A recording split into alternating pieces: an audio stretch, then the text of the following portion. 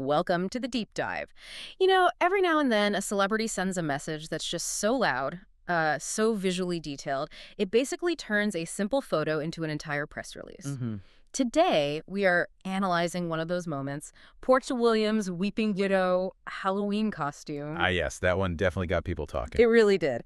And look, this deep dive isn't really about celebrity gossip or just like rating a fashionable look. Right. Our mission is to break down this image as, a piece of visual rhetoric.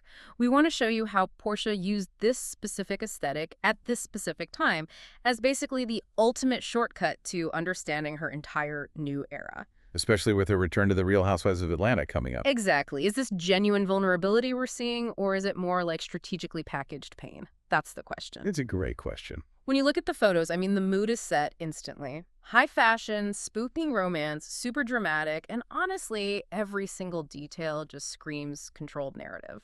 It absolutely does. The timing and the execution here. Yeah.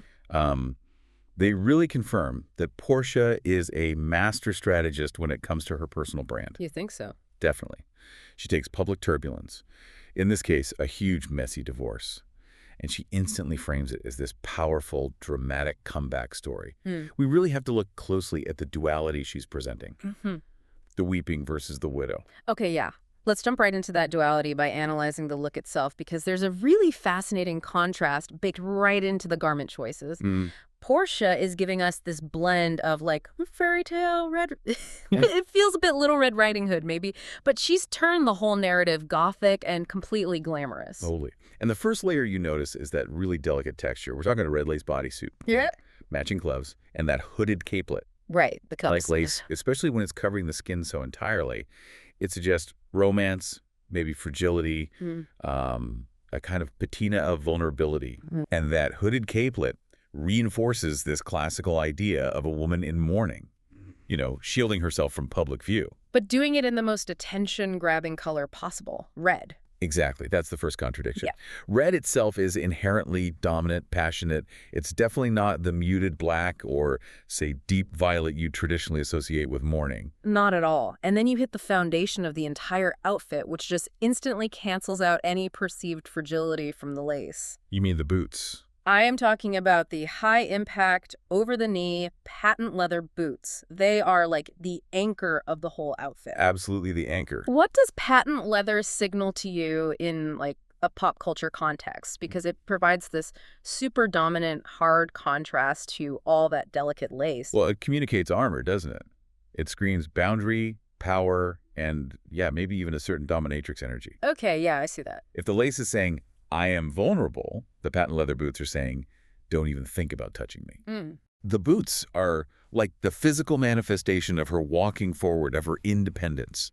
She's not just surviving the mess, she's ready to stomp through it. Stomp through it. I like that. And then look at the staging in the photo. She's sitting alone on these cold, sort of imposing stone steps, holding a singular, very potent red rose. That's a clear classical symbol, right? Lost love, eternal romance, maybe even unattainable romance. Yeah, very dramatic. So the staging reinforces the tragedy, the weaving part, while the wardrobe signals the resilience, the power. She's setting the stage for viewers to feel sympathy, sure, but ultimately respect. That distinction is so key. Sympathy packaged with respect. Okay, let's unpack the context a bit more, because the timing of this photo drop is, well, it's everything. It is perfectly placed within the specific timeline of her personal drama and, crucially, her reality TV contract. Yeah, the timing is definitely not accidental. For those who might have missed the immediate context, Portia filed for divorce from Simon Guobadia back in February of 2024. February 2024. And this was just 15 months after they had that incredibly lavish, highly publicized two-part wedding. It was a whirlwind marriage, really. Very speedy. And the fallout was incredibly messy and very public. Right. And the messiness wasn't just, typical marital disagreements. We know the divorce proceedings became legally quite contentious.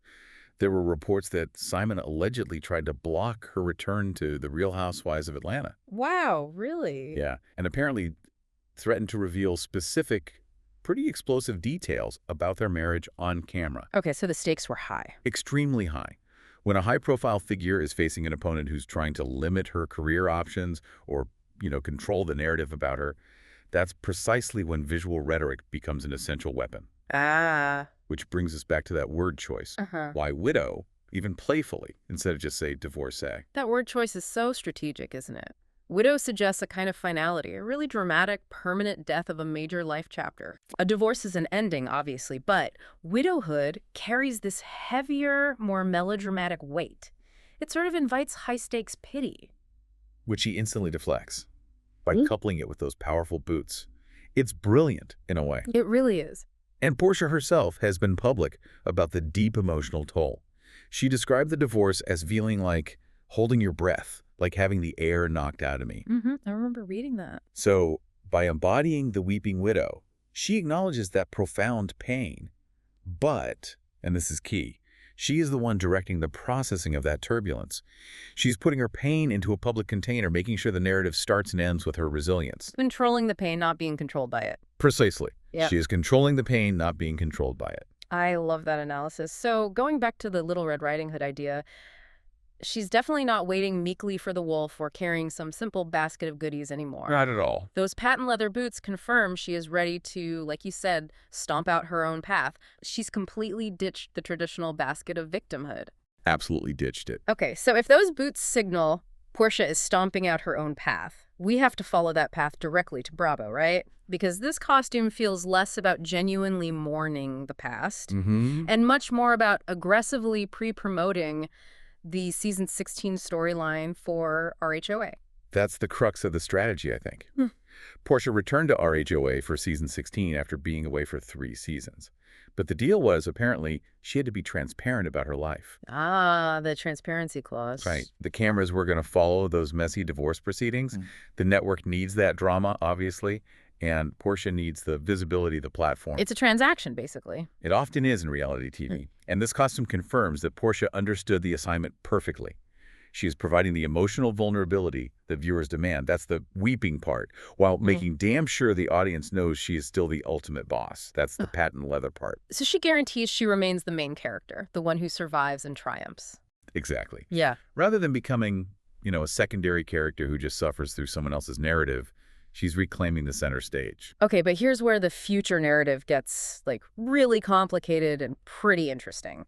This changes the entire trajectory for season 17, which is reportedly filming right now or very soon. Oh, what's this? Just last month, October 2025, she dropped a massive revelation at CultureCon. Okay. She confirmed she is dating a woman. Wow.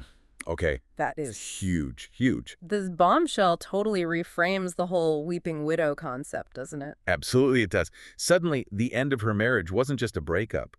It was potentially part of a profound, life-changing shift in identity, maybe orientation. Right. That's not just, spicy dynamics for the next season, as she put it. Yeah. That's a total narrative reset. A complete reset. But the widow concept might now be seen less about the death of just a relationship, but maybe the symbolic death of a specific kind of heteronormative life she had previously embraced so publicly. That's a really insightful way to put it. Porsha is diving headfirst into this new, complex personal story, and doing it very publicly.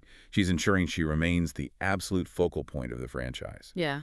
It feels like an embrace of a future that is entirely single, highly successful, and surrounded by her own chosen, authentic storyline. Yeah. It really embodies her own, quote, perfectly, walking in purpose, peace, and pure gratitude. That takes on a new meaning now. It really does. Okay, before we wrap up the analysis, though, we kind of need to zoom out just a little bit. Okay. When we talk about Porsha's control over her narrative, we aren't just talking about a reality star being good at fashion or, picking a clever costume. No, there's more to it. We need to acknowledge that Porsha is a complicated figure with, a deep history of public staging and activism. That's vital context, absolutely. This isn't her first time using high visibility to make a really pointed statement. And that history confirms she understands the power of a highly visible strategic message. She gets how the game is played. Right. Let's quickly look at the multiple facets of the Porsha brand. First, you've got the pop culture icon. She is committed to daring, instantly viral trends. We absolutely have to mention her Cardi B WA costume from 2020. Oh yeah, that was everywhere. It was a total sensation. It showed her understanding of internet virality, her willingness to be provocative, relevant, right on the pulse. And that willingness to step into major, sometimes controversial, high-stakes public discussions isn't limited to pop culture, which leads directly to her serious side, the activist. Indeed. Beyond the RHOA drama and the glamour, Porsha is and has been a serious crusader. Following the death of George Floyd, she became a really prominent face speaking out against police violence. She was leading protests. Leading protests, and she was actually arrested in July 2020, outside the home of the Kentucky Attorney General Daniel Cameron, while demanding arrests in the Breonna Taylor case. That's right. And that commitment has deep roots, doesn't it? Her family history is significant here. Very. Her grandfather was Hosea Williams. A major leader in the civil rights movement, alongside Dr. Martin Luther King Jr. Exactly. So when you come from that kind of legacy, you understand that public visibility isn't just for entertainment or endorsements. It can be used for profound statement and real impact. She knows how to manage public staging at the highest possible stakes, whether it's political protest or personal branding. Which ties into the third facet, the boss. She meticulously balances the high-stakes world of reality TV and her activism with a pretty robust portfolio of entrepreneurial ventures, her own businesses. Right, she's diversified. Totally. She's not depending on a man or just a single reality TV contract for her security. She ensures she is a financially independent mother to her daughter, Pilar Tena. It's this complete synthesis of celebrity, politics, and entrepreneurship. So when she puts on the weeping widow costume, she's not just, styling herself for Halloween. She's applying the full force of her multifaceted brand strategy. Yeah. She is leveraging the visibility she earned as an activist and as a boss to package her personal pain, which seems very real, into a premium, engaging narrative for her primary platform, RHOA. Okay, so bringing it all together, what does this all mean when we re-examine that image? The woman in the red lace, eyes closed, holding that single rose. The image is one of quiet but stunning determination, I think. She's clearly no longer just surviving the emotional and legal mess of a very public divorce.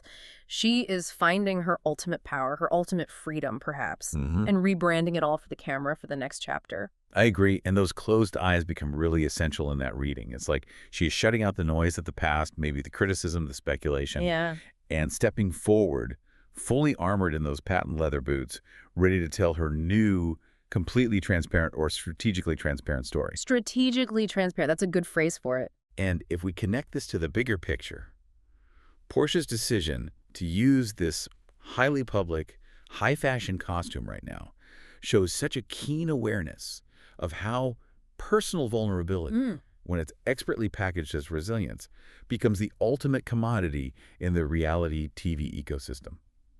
It really is the highest form of strategic transparency. So she's basically telling the audience. She is essentially telling the audience, yes, I am going through profound pain and change, but I am in control of how you consume it. I'm setting the terms. Right. And this invites you, the listener, to really consider that fascinating and often blurred distinction, right, between authentic vulnerability, the genuine feeling of loss or confusion or change, and strategic transparency, the polished presentation of that loss or change designed for maximum engagement and narrative longevity. Where does one end and the other begin, especially in that world? Exactly. Something to think about whenever we consume these kinds of narratives. That's the perfect takeaway, I think. Porsha isn't just embracing her future. She is actively, masterfully setting the stage for how the public consumes her transformation. It's quite something to watch. It really is. Well, thank you for joining us on this deep dive into visual narratives, reality TV strategy, and some very powerful boots. My pleasure. It was a fascinating look to break down